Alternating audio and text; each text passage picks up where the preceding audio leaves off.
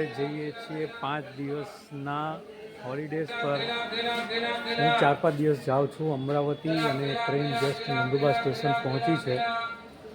અને જોઈએ અમરાવતીમાં શું શું ફરવાનું છે, શું શું ખાવાનું છે, ત્યાં જઈને શોધશું આપણે નવી નવી વસ્તુઓ.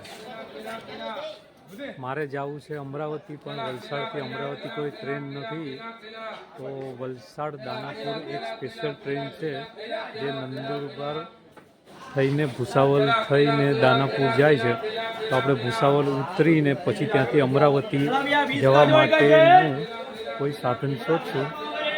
ત્યાં સુધી સફરની મજા લઈએ. તો આ નંદુબાના સ્ટેશનમાં કેળા મળે છે, તો અમારે વલસાડના સ્ટેશનમાં હજી પણ કેળા મળવા મુશ્કેલ છે. આ એક સારી વાત કહેવાય કે ફ્રૂટ સ્ટેશન ઉપર મળે છે. ખૂબ સરસ.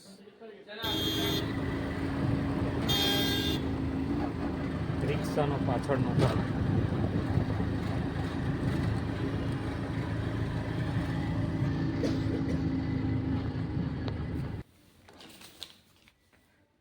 આપણે ઓનલાઈન ફૂડ ઓન કોલ પર ઓર્ડર કર્યો હતો. જોઈએ શું શું આવ્યું છે એમાં.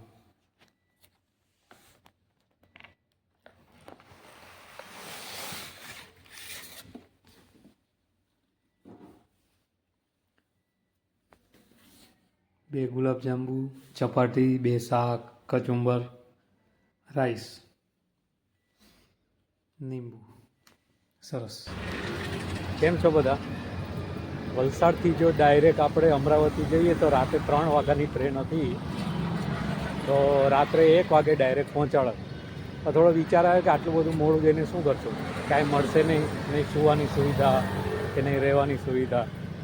તો વચ્ચે સ્ટેશન બ્રેક કરીને જવાનો વિચાર આવ્યો.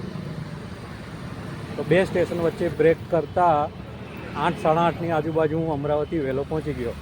પહેલું સ્ટેશન જમ્પ કર્યું ભૂસાવલ જંકશન અને વડનેરા.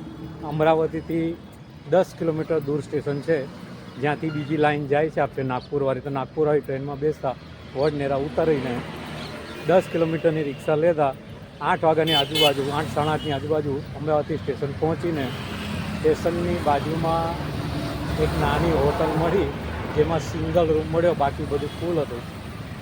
રાત્રે 8-8:30 અમરાવતી સ્ટેશન પહોંચ્યો ને તો સિટી આખું બંધ, કાંઈ જ ના મળે 8:30-9 વાગ્યા પછી. ન રહેવાનું, ન ચા પાણી, ન નાસ્તો, કંઈ જ નહીં. એટલે જે લોકો પણ અમરાવતીની મુલાકાત લે ભવિષ્યમાં, એ લોકોએ પોતાની સુવિધા કરીને જવું. કેમ કે આ લોકેશન પર રાત્રે 7-8 વાગ્યા પછી કંઈ પણ મળવું મુશ્કેલ છે. ઇવન હોટલ પણ મળી મુશ્કેલ છે. ભાગ્યે નસીબે મળી ગઈ એક રૂમ, એ પણ 2-3 જગ્યાએ પૂછ્યા પછી, ડાયરેક્ટ તો મળી જ નથી.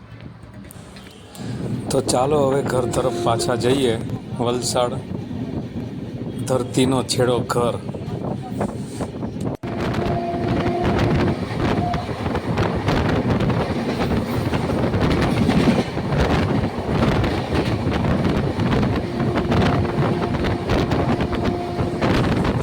ટ્રેન બારડોલી સ્ટેશન ક્રોસ કરી રહી છે અત્યારે.